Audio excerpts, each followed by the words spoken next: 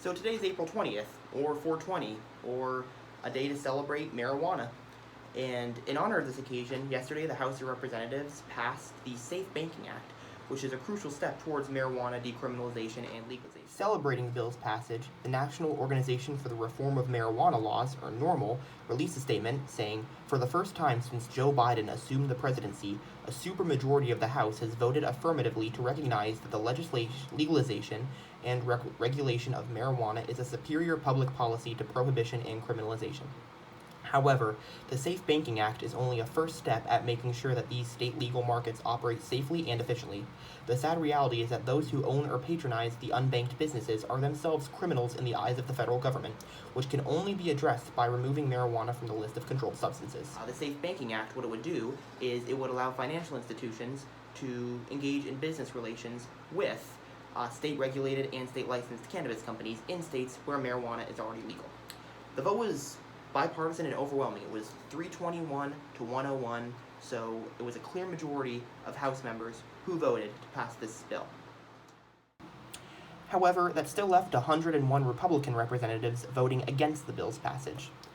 And many of them have taken large sums of cash from the pharmaceutical industry.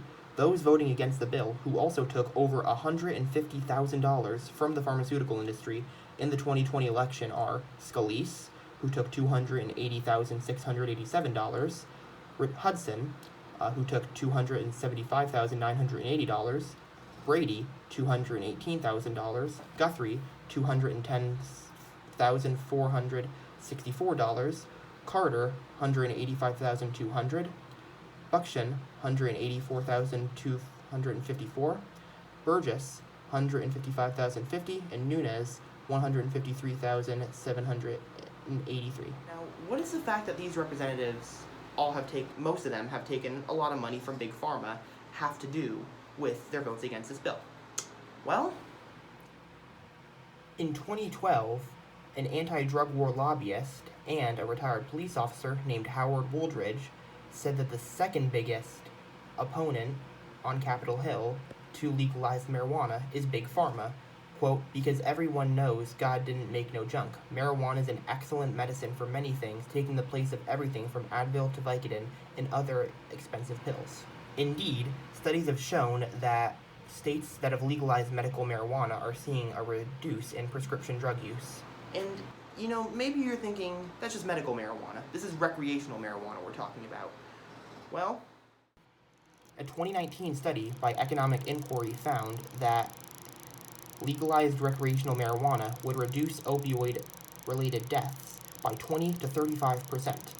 The pharmaceutical industry has played a role in escalating the opioid crisis, and in fact, several pharmaceutical companies are scheduled to stand trial in California over their roles in the opioid epidemic, specifically by deceptively marketing addictive painkillers just to make a profit. As a result, it is clear that legalized marijuana would cut into the profits of Big Pharma. So it's clear why Big Pharma is such an obstacle to the legalization of marijuana nationwide, or more specifically, the influence of Big Pharma. The amount of the money that they spend lobbying Congress and that they spend contributing to their campaigns is an indicator that the fight to legalize marijuana at the federal level is an uphill battle. However, we're already seeing a lot of signs that it's only a matter of time before we get there. As of right now, over 30% of states have legalized marijuana. In just this last election, 4 states voted to legalize marijuana via ballot initiatives: Arizona, Montana, New Jersey, and South Dakota. Yeah, we'll just conveniently ignore this right here. So, we've seen this before. We've seen this with several issues throughout American history, including interracial marriage, women's suffrage, and more recently, gay marriage, where it starts at the state level and it eventually, once it gets to a point where a bunch of states have already passed that law, it's only a matter of time before we get federal victory. So the influence of Big Pharma on Capitol Hill is definitely going to be a challenge when pushing to legalize marijuana, but as history shows, it's not impossible to overcome. So thank you for watching this video. I hope you guys enjoyed it. If you don't know who the hell I am, that's fine. This might be my first video that you're seeing. My name is Alex, And I posted on here a while ago, but I unlisted all my videos because honestly I kind of got bored of doing what I was doing. So what I want to do is I want to make these mini video essays, kind of like this one, where I explain a certain issue, a certain topic of the day, and just explain like the background surrounding it, what is really the path towards getting it passed, etc. It could be really anything. Mostly from a leftist perspective, because I am pretty leftist.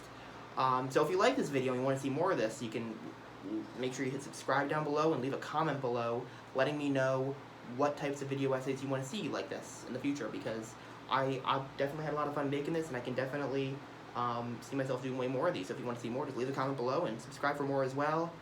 Check me out on social media. Hit me up there if you have any suggestions about this kind of stuff, or if you have any questions. And yeah, that's it. Have a great day. I'll see you next time.